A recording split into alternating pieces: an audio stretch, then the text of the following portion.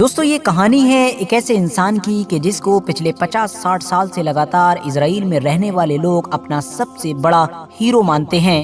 ایک ایسا انسان کہ جس کے اوپر نہ صرف نیٹ فلکس نے ہی فلم بنائی بلکہ دنیا کے اور بھی بہت سارے الگ الگ علاقوں میں اس کے اوپر کئی کتابیں بھی لکھی گئیں۔ وہ نہ ہوتا تو شاید آج کے دور میں اسرائیل بھی نہ ہوتا۔ ہماری دنیا کے اتہاس کے اس طاقتور اور خطرناک انسان کی کہانی شروع ہوتی ہے سن 1964 سے، کہ جب اچانک سے ایک دن سیریا کے شہر دمشق کے ایک بڑے ہی پرانے ہوٹل کے ایک بڑے ہی پرانے کمرے کے اندر دو لوگوں کی ملاقات ہوئی۔ اندھیرے میں ہونے والی اس ملاقات کے کچھ دن بعد ہی اچانک سے سیریا اور اسرائیل کے بیچ جنگ شروع ہو گئی۔ شروعاتی وقت میں سیریا کی طرف سے گولی باری کی گئی، بدلے میں اسرائیل نے ان کے سارے مورچوں کو تباہ کر دیا۔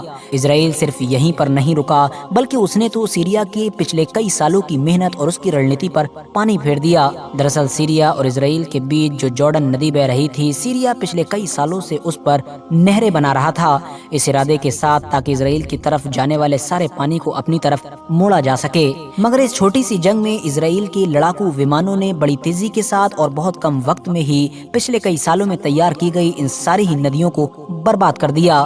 ایڈوانس لڑاکو ومان تو سیریا کے پاس بھی تھے جو اس وقت ان کو نئے سوویت سنگ سے ملے تھے، مگر کیونکہ ابھی ان کے پائلٹس کی ٹریننگ کمپلیٹ نہیں ہوئی تھی اس لیے وہ اس کا استعمال نہیں کر سکے۔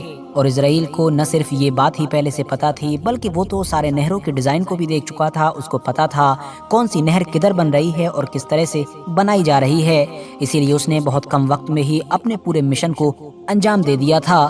مگر اب سوال یہ ہے کہ آخر اسرائیل کو یہ سب کچھ پتا کیسے چلا تھا؟ تو اس کا جواب ہے دمشق کے ایک پرانے ہوٹل کے ایک پرانے سے کمرے میں ہونے والی وہ میٹنگ جس کے بارے میں نے آپ کو شروع میں بتایا تھا۔ کیونکہ اس میٹنگ میں موجود دو لوگوں میں سے ایک تو وہ کانٹریکٹر تھا جو سیریا کی یہ ساری نہریں تیار کر رہا تھا، جبکہ دوسرا انسان وہی مشہور اور طاقتور جاسوس تھا کہ جس کو آج بھی اسرائیل کا سب سے بڑا ہیرو مانا جاتا ہے۔ اس جاسوس کا نام تھا ایلی کوہین، اور یہ تو اس کی کہانی کی بس ابھی شروعات تھی، ورنہ اصلی کھیل تو آگے ہونے والا تھا۔ اس جاسوس کا جنم 6 دسمبر سن 1924 کو ایجپٹ مطلب کہ مصر میں ہوا تھا۔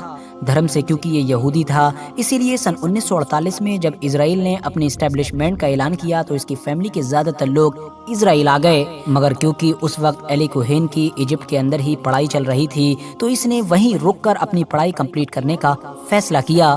ایلی کوہین کی عمر ابھی لگ بھگ 30 سال ہی تھی کہ ایجپٹ کی پولیس کی طرف سے اس کو ایک بار گرفتار بھی کیا گیا۔ وجہ تھی کیونکہ ایلی کوہین مصر کے اندر بسفوٹ کرنے کی کوشش کر رہا تھا تاکہ مصر کی شانتی ویوستھا کو خراب کیا جا سکے۔ حالانکہ اس کے پیچھے بھی اسرائیل کی ایجنسی موساد کا ہی ہاتھ تھا، مگر کیونکہ اس وقت تک ایلی کوہین موساد کے کانٹیکٹ میں نہیں آیا تھا، ایلی کوہین تو یہ سب کچھ صرف اور صرف اپنے ساتھیوں کی مدد کرنے کے لیے کر رہا تھا۔ کچھ وقت جیل میں گزارنے کے بعد میں ایلی کوہین کی رہائی بھی ہو گئی تھی۔ فائنلی 1957 میں ایلی کوہین بھی اسرائیل پہنچا۔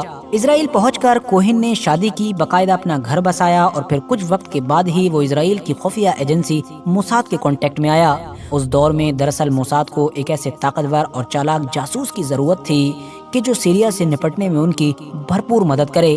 سیریا سے نپٹنے میں اس لیے کیونکہ اس وقت سیریا ہی اسرائیل کا سب سے بڑا دشمن اور سب سے بڑا سردرد مانا جاتا تھا، جہاں ایک طرف سیریا کی فوج آئے دن گولان ہائٹ کی طرف سے اسرائیل کے اوپر اٹیک کر دیا کرتی تھی، تو وہیں دوسری طرف اب اس نہر پر بھی خطرہ منڈرا رہا تھا کہ جو سیریا اور اسرائیل کے بیچ بہتی تھی۔ اس ندی کے پانی کے بغیر اسرائیل رہ نہیں سکتا تھا اور سیریا اسی موقع کا فائدہ اٹھا کر اب چھوٹی چھوٹی نہروں کا اس کے اوپر جال بچھا رہا تھا تاکہ کسی طرح سے اس کے پانی کو کنٹرول کر کے اپنی سائیڈ میں کر لیا جائے اور اسرائیل کا پانی پوری طریقے سے بند کیا جا سکے۔ سیریا سے نپٹنے کے لیے جاسوسی کے لیے جو موساد نے ایک تلاش شروع کی تھی وہ تلاش ایلن کوہین پر جا کر ختم ہو گئی۔ ایلی کوہین کو نہ صرف اس کام کے لیے چنا گیا بلکہ 6 مہینے کی ایک لمبی اور بڑی ہی زبردست ٹریننگ بھی دی گئی۔ اس پوری ٹریننگ کے دوران ایلی کوہین کو بہت سارے ہنر سکھائے گئے، مثال کے طور پر پین، سگریٹ اور کچھ کاغذوں کو اس کے سامنے رکھا جاتا تھا اور صرف 2-3 سیکنڈ دیکھ کر ہی اسے ان کی ساری جانکاری یاد کرنا ہوتی تھی۔ ساتھ ہی ساتھ اس کو توپوں، ٹینکس، لڑاکو ومانوں کی پہچان کرنا اور ان کے بارے میں ساری جانکاری جٹانا بھی سکھایا گیا تھا۔ ٹریننگ کمپلیٹ ہو جانے کے بعد اب ضرورت تھی صرف اور صرف ایلی کوہین کو ایک نئی پہچان دینے کی۔ سب سے پہلے تو کوہین کو ایک نیا نام دیا گیا اور کوہین کا جو نیا نام تھا وہ تھا کمال امین تھابیت۔ اس کے پیچھے ایک پوری کہانی بھی بنائی گئی۔ نقلی کہانی یہ تھی کہ کمال کا جنم لیبنان دیش میں ہوا تھا۔ اس کے ماتا پتا یعنی کہ فادر اور مدر سیریا کے تھے۔ اس کے چاچا بعد میں ارجنٹینا جا کر سیٹل ہو گئے تھے اور اس کے چاچا نے بعد میں اس کے ماں باپ کو بھی ارجنٹینا ہی بلا لیا تھا۔ وہیں پر ہی کمال امین تھابیت کی پڑھائی بھی ہوئی تھی، مگر جو اس کے پتا مطلب فادر تھے وہ کپڑے کے ایک ویاپاری ہوا کرتے تھے، اور ایک بار اس ویاپار میں بڑا گھاٹا ہونے کی وجہ سے وہ اس گھاٹے کو برداشت نہ کر سکے اور صدمے میں چل بسے تھے۔ اس حادثے کے 6 مہینے کے بعد ہی کمال کی ماں کی بھی موت ہو گئی تھی۔ کمال نے شروعاتی دور میں تو ارجنٹینا کی ایک ٹریول ایجنسی میں کام کیا، مگر پھر بعد میں بزنس کے فیلڈ میں اترا اور دیکھتے ہی دیکھتے وہ ارجنٹینا کے سب سے بڑے ویاپاریوں میں سے ایک ویاپاری بن گیا۔ یاد رہے دوستو، یہ پوری نقلی کہانی تھی کہ جو اس جاسوس کے لیے بنائی گئی تھی۔ ظاہر ہے اب اس کہانی کو اصلی بنانے کے لیے اس جاسوس کو ارجنٹینا بھیجا جانا بھی کافی ضروری ہو چکا تھا۔ فائنلی اسرائیل نے اس کو ارجنٹینا بھیجا، مگر ارجنٹینا جانے سے پہلے اس نے اپنے فیملی کو بھی نہیں بتایا اور اپنے بیوی سے کہا کہ اس کی یوروپ میں ایک جاب لگ گئی ہے اور وہ اسی جاب کی وجہ سے یوروپ جا رہا ہے۔ ارجنٹینا پہنچ کر اسرائیل کے اس جاسوس نے بڑی تیزی کے ساتھ اپنی جان پہچان بڑھانا شروع کر دی، بڑی بڑی پارٹیز میں جانا بھی شروع کر دیا، اور اسی طرح کی ہی ایک پارٹی میں اس کی ملاقات ایک دن امین الحافظ نام کے ایک انسان سے ہوئی۔ یاد رہے کہ یہ حافظ الامین کوئی عام انسان نہیں تھے، بلکہ یہ تو وہی تھے کہ جو اس دور میں سیریا کی فوج میں ایک جنرل ہوا کرتے تھے۔ آگے جا کر یہی حافظ الامین ہی اس جاسوس کے بہت زیادہ کام آنے والے تھے۔ فی الحال اب اس جاسوس کی ذمہ داری یہ تھی کہ یہ جلد سے جلد سیریا پہنچے، اسی لیے اس نے کوششیں شروع کر دیں، اور ایک دن جب وہ عرب کے ایک بڑے ویاپاری سے ارجنٹینا میں ملاقات کر رہا تھا تو اس نے باتوں ہی باتوں میں سیریا جانے کی اچھا ظاہر کی۔ ظاہر ہے اس نے پہلے سے ہی سبھی لوگوں کو تو یہی بتا رکھا تھا کہ سیریا ہی میرا اصلی گھر ہے، میرا جنم بھلے ہی لیبنان میں ہوا ہو اور میں بڑا بھلے ہی ارجنٹینا میں ہوا ہوں، لیکن میرے ماں باپ تو سیریا سے ہی تھے۔ فائنلی جنوری سن 1962 میں کمال امین تھاپے کہ جس کا اصلی نام کوہین ہوا کرتا تھا، وہ سیریا پہنچنے میں کامیاب ہو بھی گیا۔ سیریا پہنچ کر بھی اس نے وہی کیا کہ جو ارجنٹینا پہنچ کر کیا تھا، بڑے بڑے لوگوں سے دوستیاں کرنا شروع کی، بہت زیادہ دان دینا شروع کیا، اور کچھ وقت کے اندر ہی اس کی گنتی سیریا کے سب سے بڑے اور سب سے مشہور ویاپاریوں میں ہونے لگی۔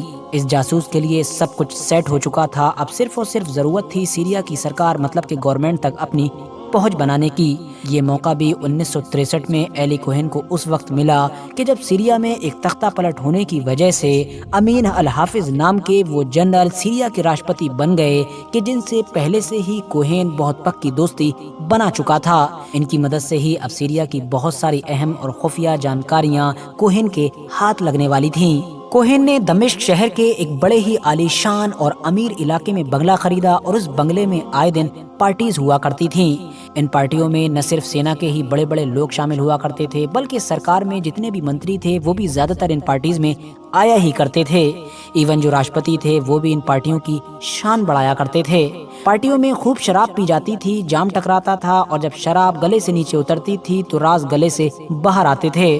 ایلی کوہن بھی نشے کا بہانہ کر کے سارے راز کو اپنے اندر سما لیتا تھا۔ جو لوگ شراب کے نشے سے راز نہیں اگلتے تھے تو پھر دوسرا طریقہ اپنایا جاتا تھا۔ دوسرا طریقہ یہ تھا کہ ایلی کوہن ہنی ٹریپ کا سہارا لیا کرتا تھا، مطلب کہ لڑکیوں کا استعمال کیا کرتا تھا۔ دھیرے دھیرے سیریا کے اندر اس جاسوس کا دبدبہ اتنا زیادہ بڑھ گیا تھا کہ اس کو کیبنیٹ کے اندر شامل کرنے کی بھی چرچائیں شروع ہو گئی تھیں۔ جہاں ایک طرف حافظ الامین اس کو اپنا رکشا منتری مطلب ڈیفنس منسٹر بنانا چاہتے تھے، اور اس کے لیے انہوں نے اس جاسوس کو نیوتا بھی دے دیا تھا، تو وہیں دوسری طرف بہت سارے لوگ تو اس کو پردھان منتری پد کا بھی دعوے دار مانتے تھے۔ اپنے اسی دبدبے اور رسوخ کا استعمال کر کے ہی آئے دن ایلی کوہن وہاں کے جو بڑے بڑے جنرل ہوا کرتے تھے فوج کے، ان تک کو ڈانٹ دیا کرتا تھا۔ وہ اکثر ان لوگوں کے سامنے اسرائیل کی برائی کرتا اور کہتا کہ تم ہی لوگ ناقابل ہو، تم ہی لوگ فل ایگریشن میں نہیں رہتے ہو، تم لوگوں کی کمیوں کی وجہ سے ہی اسرائیل یہاں تک آ پہنچا ہے۔ وہ اکثر سینا کے بڑے بڑے ادھیکاریوں کو اسرائیل کے اوپر اور بھی حملے کرنے کے لیے اکساتا رہتا تھا۔ جواب میں جو سینا کے بڑے ادھیکاری اور جنرل ہوا کرتے تھے وہ بھی غصے سے لال ہو جاتے تھے۔ وہ سوچتے تھے کہ ہم کو ہی ناقابل کیوں کہا جا رہا ہے، بھلا ہم کو ہی گیان کیوں دیا جا رہا ہے۔ اپنے آپ کو صحیح ثابت کرنے کے لیے وہ اپنے ساتھ نہ صرف ایلی کوہن کو بارڈر پر لے جاتے تھے، بلکہ اپنے سارے ہتھیار مطلب کہ ٹینکس، توپیں اور اس طرح کی ساری چیزیں دکھاتے تھے، اور ان کی پوزیشنز وغیرہ دکھاتے تھے، اور بولتے تھے کہ دیکھو ہم نے اس طرح کی تیاری کر رکھی ہے اور یہ کر رکھا ہے، ہم اپنی طرف سے صحیح ہیں اور اسرائیل کچھ بھی کرنے کی جرت کر ہی نہیں سکتا ہے۔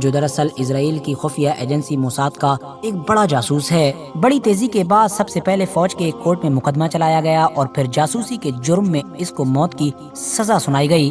موت کی سزا ہونے کے بعد اسرائیل نے پھانسی کو روکنے کی بھرپور کوشش کی، بلکہ یہ کہیے کہ پوری جان لگا دی گئی۔ بہت سارے دیشوں کی طرف سے نہ صرف سفارش کروائی گئی بلکہ آخر میں تو اسرائیل نے سیریا کو یہ آفر بھی دیا تھا کہ وہ اس جاسوس کے بدلے میں اس کو ایڈوانس ہتھیار دے گا، مگر سیریا پھر بھی اس کی سزا معاف کرنے کے لیے راضی نہ ہوا۔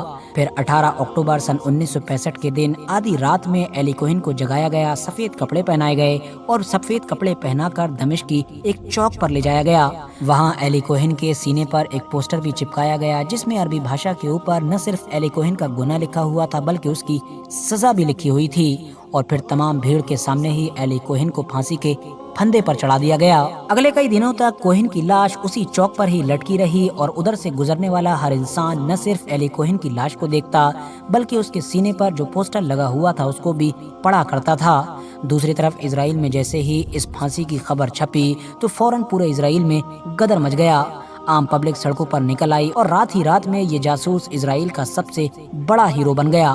اسرائیل کی سرکار نے ایلی کوہن کی لاش مانگی مگر سیریا نے لاش دینے سے انکار کر دیا۔ 2 سال کے بعد پھر اسرائیل اور عرب دیشوں کے بیچ وار ہوئی کہ جس کو 6 ڈے وار کے نام سے جانا جاتا ہے۔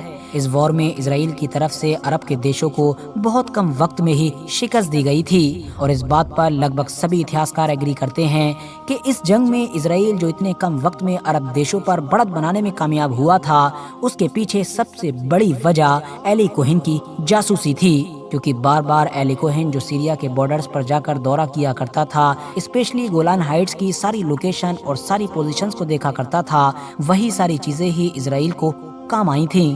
فی الحال دوستو آج کی اپنی ویڈیو کو ہم یہیں پر ختم کرتے ہیں۔ ویڈیو پسند آنے پر نہ صرف ویڈیو کو لائک کریں بلکہ اپنے فرینڈز کے ساتھ بھی ضرور شیئر کریں، اور اسی طرح کی نالجیبل اور ہسٹوریکل ویڈیوز ہمیشہ دیکھنے کے لیے ہمارے اس چینل کو سبسکرائب کرنے کے ساتھ ساتھ بیل آئیکن کو بھی ضرور پریس کریں۔ اسی طرح سے کہیں پہ بھی موجود ہے موساد کے جاسوس، ہر جگہ موجود ہے، ہر مسلم کنٹری میں گھسے ہوئے ہیں۔